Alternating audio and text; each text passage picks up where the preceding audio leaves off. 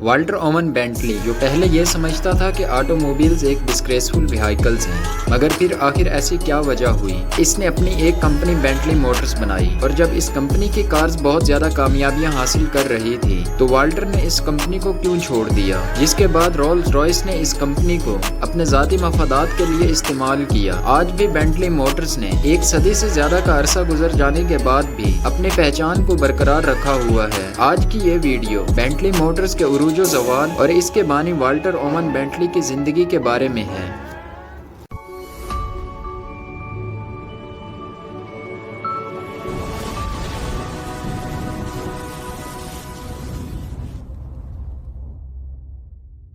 Walter oven Bentley اپنے 9 بہن بھائیوں میں سب سے چھوٹا تھا۔ وہ ایک خوشحال فیملی میں پیدا ہوا۔ اس کے والد کا سلک اور وول کا بزنس تھا۔ بچپن سے ہی والٹر کو تعلیم میں کوئی خاص انٹرسٹ نہیں تھا اور وہ میکینیکل کاموں میں زیادہ شوق رکھتا تھا۔ 9 سال کی عمر میں اس نے یہ دیکھنے کے لیے ایک سائیکل خریدا کہ آخر یہ سائیکل چلتی کیسے ہے، اور اس کے ایک ایک پارٹ کو الگ کر دیا۔ اس وقت والٹر کو ٹرینز میں بہت زیادہ شوق تھا، اسی لیے اس نے 1904 میں گریٹ ناردرن ریلوے ڈانکاسٹر میں کام کرنا شروع کر دیا۔ اسی دوران آٹو موبائل انڈسٹری پوری دنیا میں ابھر رہی تھی، لیکن بینٹلے بالکل بھی انٹرسٹڈ نہیں تھا۔ مگر کچھ عرصے بعد اس نے محسوس کیا کہ آنے والے دنوں میں آٹو موبائل اور موٹر سائیکل نہ صرف ٹرانسپورٹیشن کے لیے استعمال ہوں گے بلکہ ریس مقابلوں کے لیے بھی بہت زیادہ مشہور ہوں گے، جس کو دیکھتے ہوئے اسے آٹو موبائلز کا شوق پیدا ہوا۔ 18 سال کی عمر میں والٹر نے ایک موٹر سائیکل خریدی اور اس میں کچھ تبدیلیاں کرنے کے بعد اس نے لوکل کمپٹیشن میں حصہ لینا شروع کر دیا۔ بینٹلی نے 1906 سے 1908 کے درمیان بہت سی ریسز بھی جیتی،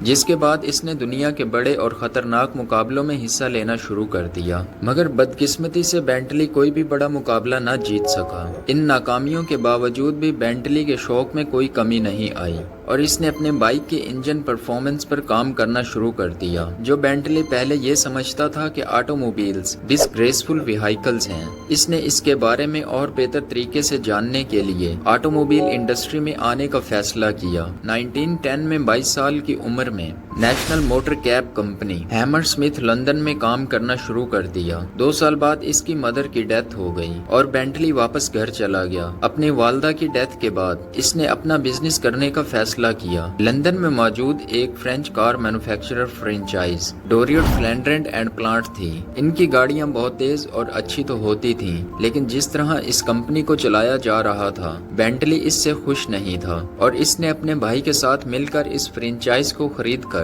اس کا نام بھی بدل کر بینٹلی اینڈ بینٹلی رکھ دیا۔ انہوں نے اپنی کمپنی کو پروموٹ کرنے کے لیے ان کارز کے انجنز کی پرفارمنس کو بہتر کرنے کے بعد ریس کمپٹیشن میں حصہ لینا شروع کر دیا۔ بروک لینڈز ریس میں ان کی بنائی ہوئی 2.0 لیٹر کار نے، جس کی سپیڈ 66.7 مائلز پر آور تھی، بروک لینڈز ریس جیتی۔ اس کامیابی کے باوجود بھی والٹر اپنی کار کی پرفارمنس سے خوش نہیں تھا۔ وہ سمجھتا تھا کہ یہ کار ہیوی ویٹ ہے اور اگر اسے لائٹ ویٹ بنایا جائے تو اس کی پرفارمنس کو اور زیادہ بہتر بنایا جا سکتا ہے۔ کچھ ماہ کے بعد بینٹلی برادرز فرانس گئے اور یہاں والٹر نے ایلومینیم کو دیکھا۔ یہ والٹر کو لائٹ ویٹ لگی۔ اس وقت زیادہ تر انجن پسٹن سٹیل یا کاسٹ آئرن کے بنائے جاتے تھے، جو کہ گاڑیوں کو بہت زیادہ ہیویئر کر دیتے تھے۔ اس نے ایلومینیم کے پسٹن بنانے کا فیصلہ کیا، جو کہ بہت مشکل تھا کیونکہ ایلومینیم سٹیل یا کاسٹ آئرن کی طرح پائیدار اور ہیٹ ریزسٹنٹ نہیں ہوتی۔ اسی لیے بینٹلی نے دوسرے کیمیکلز کے ساتھ ایلومینیم کے مکسچر پر تجربات کرنا شروع کر دیے، اور بہت سے تجربات کرنے کے بعد ایک ایسا پسٹن بنانے میں کامیاب ہوا جس میں 88% ایلومینیم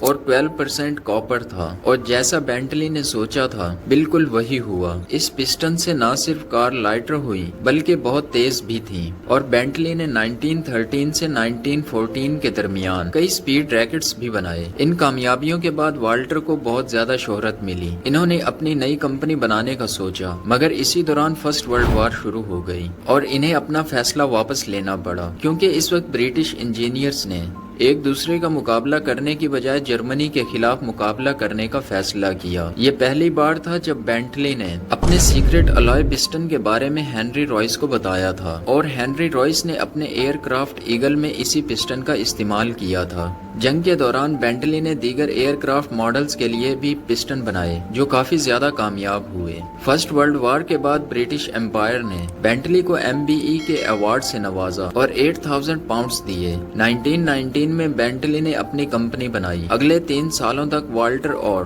ایک former war pilot Clive Gallop Cricklewood میں ایک چھوٹی سی ورکشاپ میں پہلی بینٹلی کار کی ڈیزائننگ کرتے رہے اور اپنی پہلی کار بینٹلی 3 لیٹر بنائی۔ یہ کار اپنے دور کی سپر ایڈوانسڈ کار تھی کیونکہ یہ پہلی کار تھی جو 4 والو پر سلنڈر، ڈوئل سپارک پلگ اور اوور ہیڈ کیم شافٹ تھی۔ بینٹلی کی اس کار نے لوکل ریسز اور ہل کلائمبس ایونٹس میں حصہ لینا شروع کر دیا، جہاں اس کار نے بہت جلد ہی اپنی پرفارمنس اور لکس کی وجہ سے کافی زیادہ کامیابیاں حاصل کرنا شروع کر دیں۔ 1922 میں اس کار نے امریکہ کی بڑی ریسز میں سے ایک ریس دی انڈین ایپلک 500 میں حصہ لیا اور پہلی ریس میں 13th پوزیشن حاصل کی۔ 1923 میں اس کے 2 بائرز جان ڈیف اور فرینک کلیمنٹ نے 24 آورز آف لیمانز ریس میں حصہ لیا اور 4th پلیس حاصل کی۔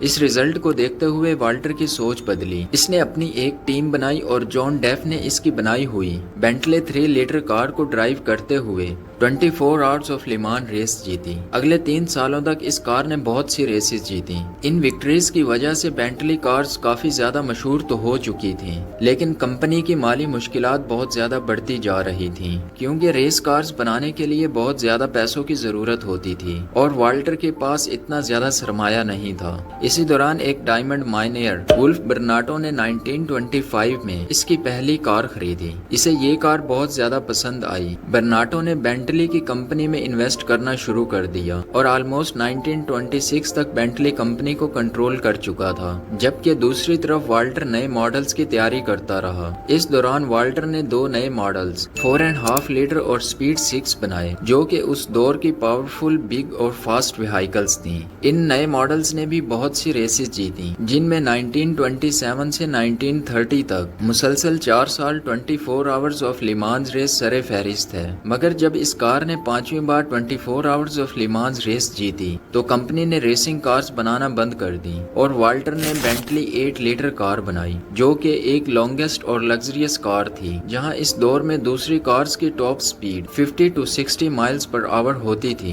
وہیں بینٹلی 8 لیٹر کی ٹاپ سپیڈ 100 مائلز پر آور سے بھی زیادہ تھی۔ والٹر نے بینٹلی 8 لیٹر کے ریلیز ہونے کے بعد کمپنی کو چھوڑ دیا۔ بینٹلی موٹرز پوری دنیا میں اپنے آپ کو منوا چکی تھی، مگر اسی دوران گریٹ ڈپریشن کی وجہ سے یہ کمپنی سروائیو نہ کر سکی اور 1931 میں بینکرپسی کی وجہ سے اسے رولز رائس نے خرید لیا۔ والٹر نے 1932 سے 1935 تک جس کمپنی کو بہت محنت سے بنایا تھا، اسی کمپنی میں ایک ٹیسٹ ڈرائیور کی جاب کی۔ اب اس کے پاس ڈیزائننگ یا انجینئرنگ کی پاور تک نہیں تھی اور وہ کمپنی میں رہتے ہوئے یہ دیکھتا رہا کہ کیسے رولز رائس اپنے ذاتی مقاصد کے لیے بینٹلی نام کا استعمال کر رہی ہے۔ آخر کار 1935 میں جب کانٹریکٹ ختم ہوا تو بینٹلی نے کمپنی کو چھوڑ دیا اور باقی کی زندگی دوسری برٹش لگژری کار کمپنیز میں کام کرتا رہا۔ والٹر کی 1971 میں ڈیتھ ہو گئی۔ دوسری طرف بینٹلی موٹرز نے 1933 تک پروڈکشن روک دی تھی اور اس کے بعد رولز رائس کے انڈر اس کے نئے ماڈل 3.5 لیٹر کو ریلیز کیا گیا۔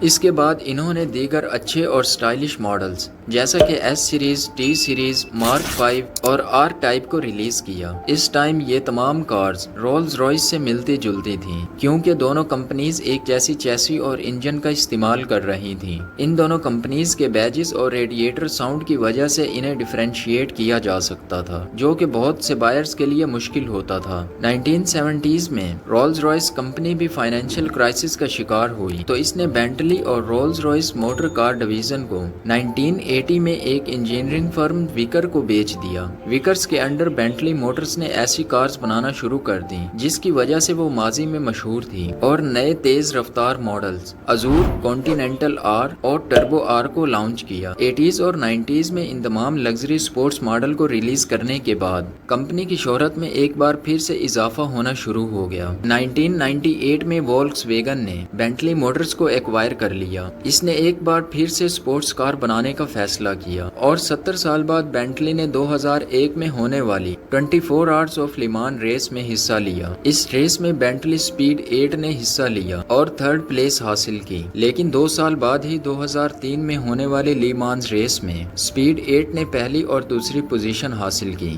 اس کے چند ماہ بعد نئے ماڈل بینٹلی کانٹیننٹل GT کو مارکیٹ میں لایا گیا۔ یہ ایک 6 litre W12 engine 552 horsepower car تھی۔ اس کا شمار دنیا کی تیز ترین اور لگژری کارز میں ہوتا تھا، جس کی ٹاپ سپیڈ 190 مائلز پر آور تھی۔ اس کے ریلیز ہونے کے فوراً بعد ہی بینٹلی موٹرز کی سیلز 800 بینٹلی پر ایئر سے بڑھ کر 7000 کانٹیننٹل GT پر ایئر تک جا پہنچی۔ بینٹلی نے اس ماڈل کی کامیابی کے بعد دیگر ماڈلز، جن میں بینٹلی فلائنگ اسپر، مولسیم کا نیو ایڈیشن اور SUV بینٹیگا کو ریلیز کیا۔ ان تمام ماڈلز کے بھی لگژری، پاورفل انجن اور تیز رفتار ہونے کی وجہ سے کمپنی کی سیلز میں بہت زیادہ اضافہ ہو چکا ہے۔